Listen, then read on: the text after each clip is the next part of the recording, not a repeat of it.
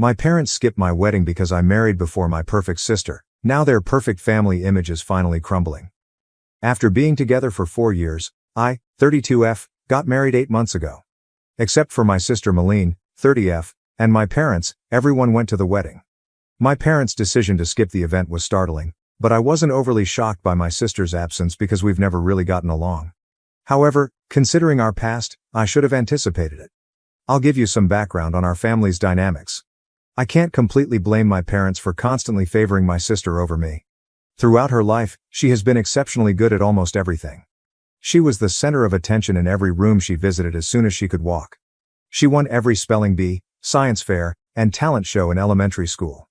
Class president, valedictorian, and prom queen were all very much the same in high school. Tall, slender, and attractive enough, she pursued modeling while in college before concentrating on her business degree. She got her first modeling job during her sophomore year, and I can still remember it. To celebrate, my parents invited all of our family members and her friends to a lavish party. Her first professional headshot was framed and hung in our living room, where it remains to this day, directly above the fireplace. The same year I received my degree in computer science, they merely murmured, "Well done," and resumed organizing Malene's next photo session. She immediately climbed the corporate ladder after graduating and landing a job at a prominent company. She already has a corner office and a corporate car at the age of 30, making her a senior executive. In the meantime, I work for a respectable computer company as a mid-level software developer. Although I'm pleased with my work and it's a decent profession, it's not the type of employment that makes parents boast in front of the family. In addition, I'm bigger and shorter than my sister. My mother made crude remarks about my appearance, signed me up for workout classes I didn't want to attend, and put me on diets all the time when I was growing up. She would say, "Malene never struggles with her weight." Or, "You could look as nice as your sister if you just put in a little more effort." Even though I had learned to ignore these remarks by high school, they had an impact. Over the years, I've accepted these distinctions. I ultimately came to terms with the fact that my parents never took as much delight in my accomplishments as they did in Malene's. What was my option? I tried to get their approval for years by attending classes they recommended, joining clubs they encouraged, and even attempted modeling for a short time, a failure my sister never lets me forget. However, nothing was ever sufficient. I was merely the second daughter, and they were completely enamored with my sister's achievements. I gave up attempting to impress them sometime in my mid-20s. I concentrated on creating my own life, growing professionally on my own terms, and forming bonds with individuals that respected me for who I am. To be honest, following that, things have improved. Knowing that my parents were constantly concerned about maintaining appearances, I kept my interactions with them superficial in order to prevent conflict. During our mandatory Christmas meals and sporadic family get-togethers, I would nod and grin while they raved about Malene's most recent job, lover, or vacation spot. Since they had Malene to swoon over, they didn't seem to notice my emotional distance. Then, at a computer conference, I ran upon my spouse through a mutual friend. He noticed me, actually saw me, unlike my family. He liked my dry sense of humor, my ability to code, and yes, even my body type, right from the beginning. He never once said I should change or make comparisons to other people. He proposed to me after 4 years of dating when we were alone at home, enjoying takeaway and our favorite TV in the background. It was flawless. Naturally, I told my folks that I was engaged last year. My first clue should have been their response. There was no congratulation, only stillness. My mother then questioned whether I was certain I wanted to jump right in and recommended that I might want to improve my physical condition before the wedding. My father didn't say much at all. During the engagement party, my husband noted their odd reaction, which I was too anxious to fully comprehend at the time. They crouched over my mother's phone in a corner for the majority of the evening. My husband then informed me that he had heard them talking to Malene on the phone, who was clearly crying. They were talking about how this wasn't the plan, and how they never expected Rebecca to get married first, according to what he vaguely heard. There were some minor setbacks during the wedding planning process. Despite not even being engaged at the time, my mother had already made many wedding Pinterest boards for Malene and was not interested in assisting me in selecting a dress or location. My mother merely remarked that it was practical and suitable for my figure when I selected my dress, a straightforward yet exquisite A-line gown that made me feel lovely. My future mother-in-law, who treated me like the daughter she never had, and I ended up working together on the majority of the preparations. I carefully reviewed and double-checked the guest list with my spouse to be sure no one was overlooked before sending out both electronic and paper wedding invitations. I am certain that my parents received theirs because the electronic invitations included red receipts. I called, texted, and emailed them several times after realizing they hadn't RSVP'd. My mails were either ignored or met with evasive responses stating that they were very busy and needed to check their schedules. I couldn't waste too much energy worrying about it because I was too busy getting ready for the wedding. My in-laws were incredibly helpful, offering assistance with everything from seating maps to floral arrangements. Even at the lovely bridal shower hosted by my husband's sister, the painfully obvious absence of my own family was never brought up. Even though my parents weren't there, the wedding day itself was beautiful. We held a laid-back afternoon celebration after the morning wedding in a garden setting. Everyone was right when they said we looked so content and in love. But there were times when their absence felt like a physical anguish, such as when I saw the front row seats empty or at the father-daughter dance that I was not able to attend. I sought answers after the honeymoon and wedding. They said they were deeply hurt, that they had never gotten a formal invitation when I eventually reached them on the phone.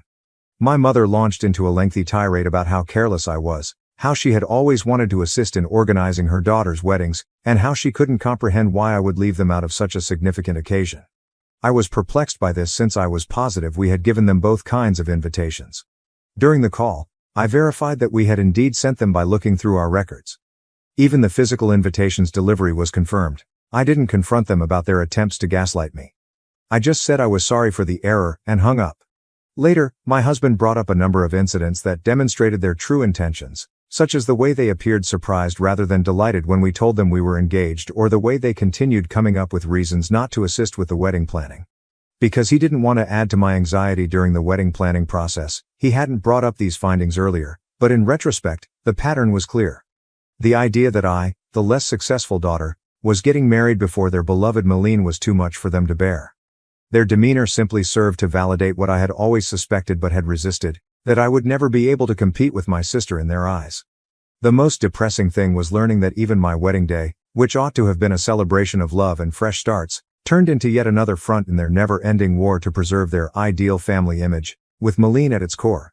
Malene recently got engaged to someone she's been dating for a year, according to family members I spoke with.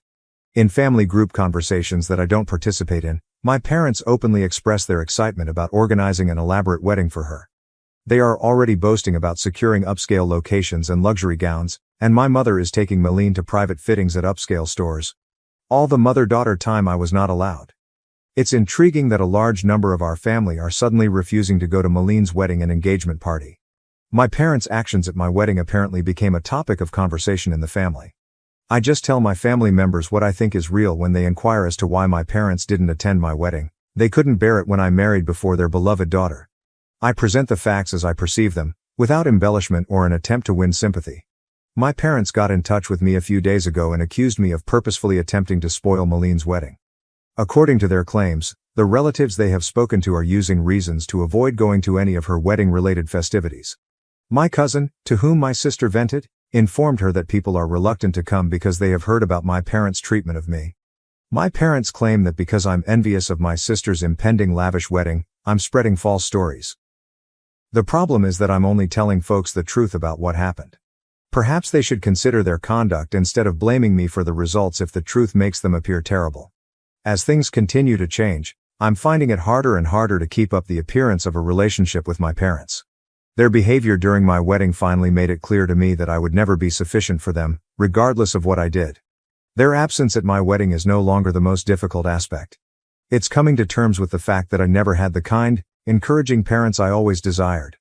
I'm concentrating on creating a life with someone who genuinely appreciates me for who I am right now, but I'll keep you updated if anything important changes. First update. Since my last post, which was 2 weeks ago, a lot has transpired. I ultimately made the decision to speak with my parents face-to-face over their actions at my wedding and their current charges that I ruined my sister's special day after reading your encouraging remarks.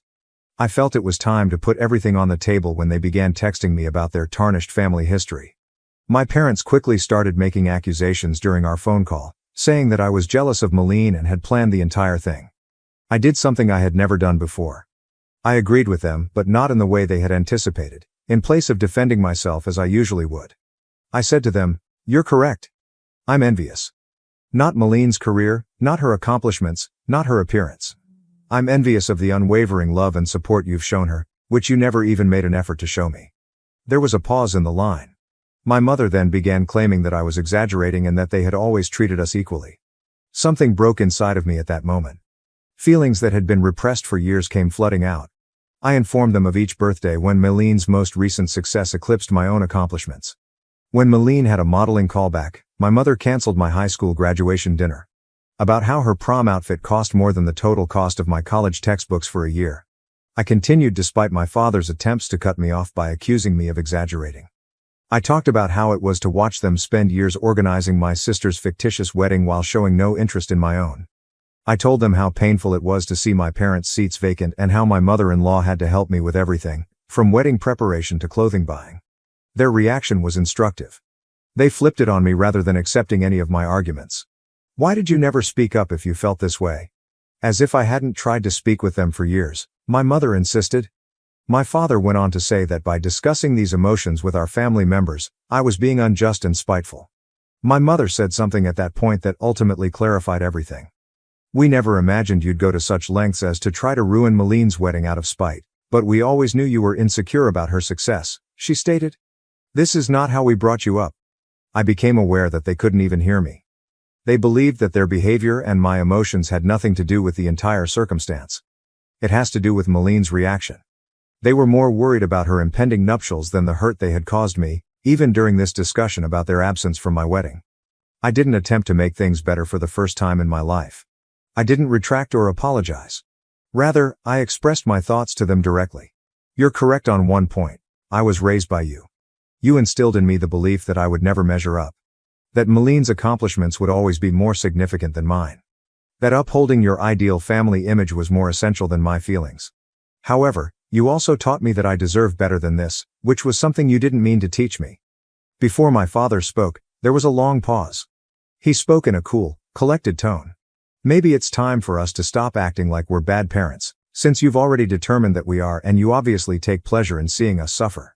Since you are family, we assumed you would assist in resolving this issue, but it is clear that you have made your own decisions. The last blow was delivered by my mother. Perhaps you simply couldn't cope with not being the center of attention, even though we always tried to treat you both fairly. Rebecca, that's not our fault. You made the decision to play the victim. I refrained from arguing. Why would it matter? Everything I had been saying had just been validated by them. They were unable to admit their involvement in any of anything, even at this last discussion. I just hung up and said goodbye. I was surprised to feel relieved after the call. Tears were shed, to be sure, but they weren't the frantic, heartbreaking ones I remember from my early years. They were liberating tears. For the first time, I had expressed everything I needed to say without holding back or feeling guilty about how I felt. Later, my husband saw me gazing at the sunset from our back porch.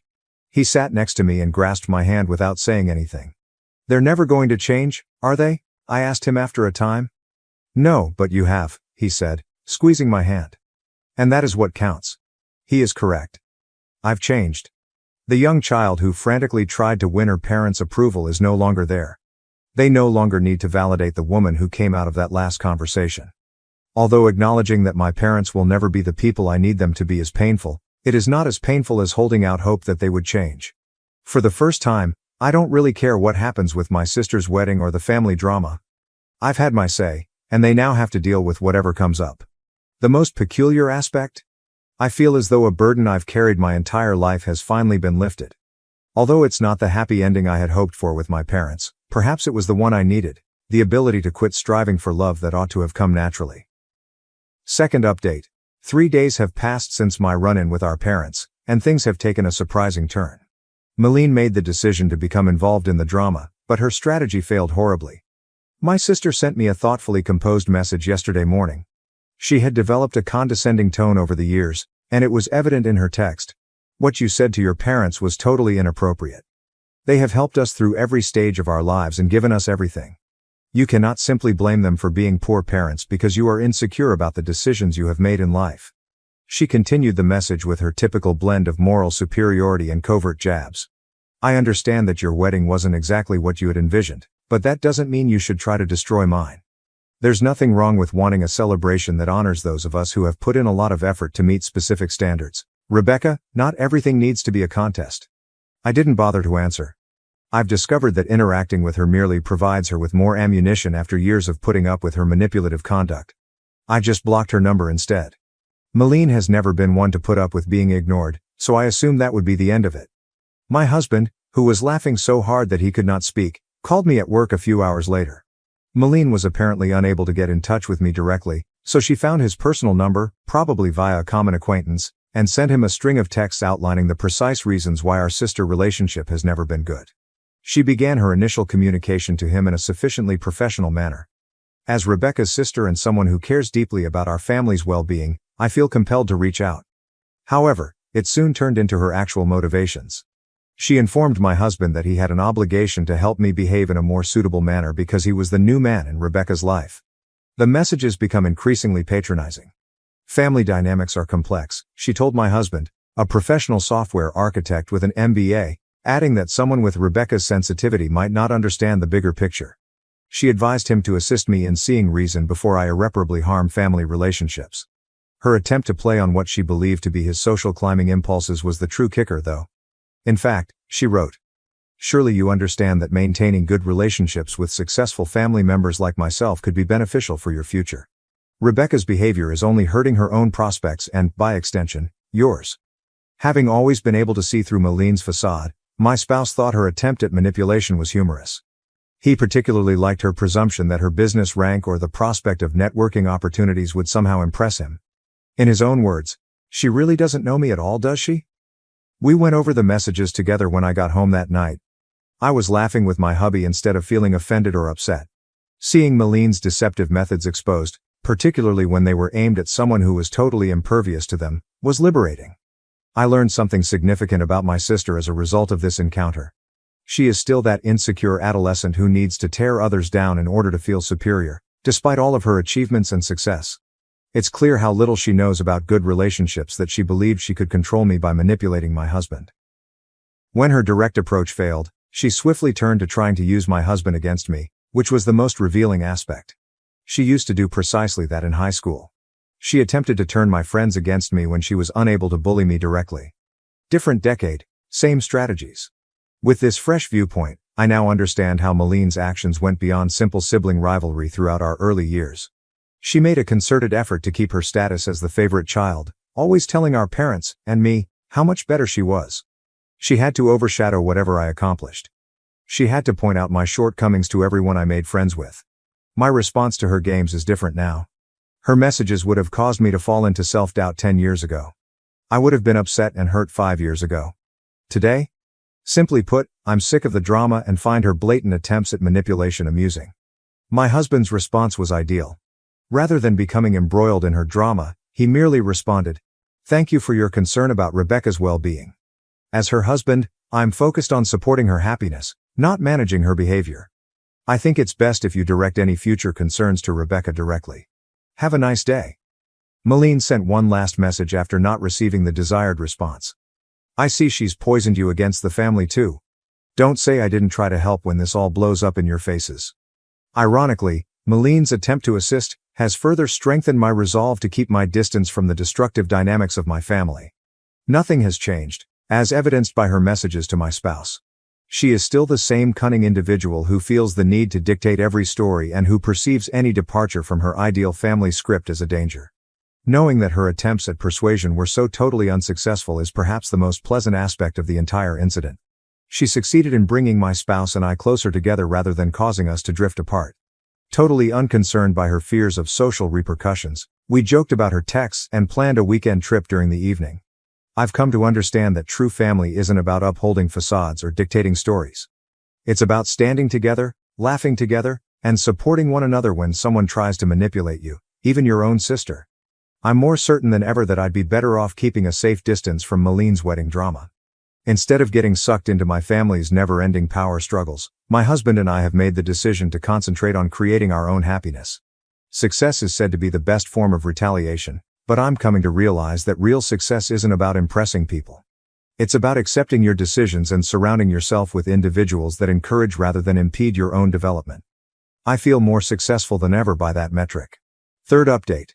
After my sister's unsuccessful attempt to control my husband 2 weeks ago, things have taken unanticipated turns. The situation is becoming worse despite my parents' desperate attempts to repair their reputation. I found out through family ties that my parents have been on a mad quest to correct the narrative. They have been phoning each relative separately and accusing me of spreading vile tales because I'm envious of Maline's ideal wedding. They claim that I'm just resentful since her wedding will be far more sophisticated and gorgeous than mine was. According to their most recent tale, I purposefully left them out of my wedding so I could act like the victim. It's funny that they still reside in the same home they've owned for 30 years and have the same email addresses since the invention of email, but they're saying I sent their invitation to an old email address and an old physical address. The good news is that their attempts to limit the harm are failing miserably. Our family members don't believe it. Actually, a number of family members have shared their personal accounts of my parents' history of partiality.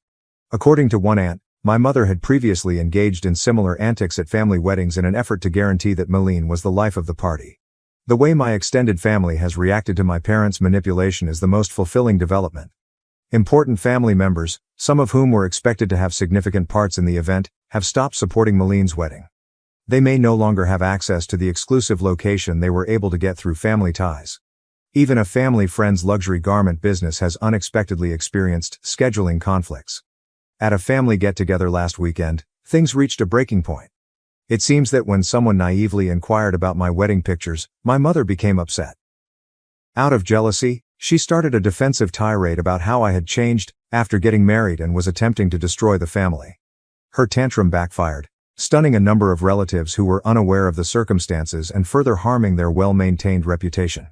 It's especially ironic that my parents' frantic efforts to maintain their ideal family facade are the reason it's falling apart. Each time they attempt to justify their absence from my wedding, they wind up disclosing more about who they really are. People are becoming more aware of their deception the more they attempt to portray me as the bad guy. Family members are now picking sides after previously remaining impartial. Recently, even my father's brother, who had always kept silent to maintain harmony, apologized for not speaking up sooner about how they treated me. He has made the decision not to go to any of Maline's wedding-related festivities with his family. I don't have to answer any of this explicitly, so I haven't. The truth is taking care of everything for me. Maline and my parents always wind up revealing more of their destructive conduct when they attempt to twist the tale. It comes out that all those years of remaining silent and putting up with their treatment in an effort to keep the peace was really just a way of allowing their actions. My husband said it in the best possible words. They constructed a facade of the ideal family over many years, but it was based on emotional manipulation and partiality. Eventually, it was going to fall apart. I'm doing better than ever, personally. I no longer have to worry about attempting to win my parents' approval. The stress of controlling Maline's emotions has subsided. I'm not concerned about upholding their ideal family image for the first time in my life. Sometimes the best retaliation is just letting the truth speak for itself rather than taking action. I'm grateful to Reddit for giving me the courage to advocate for myself. You have no idea how much your guidance and encouragement have meant to me along this path.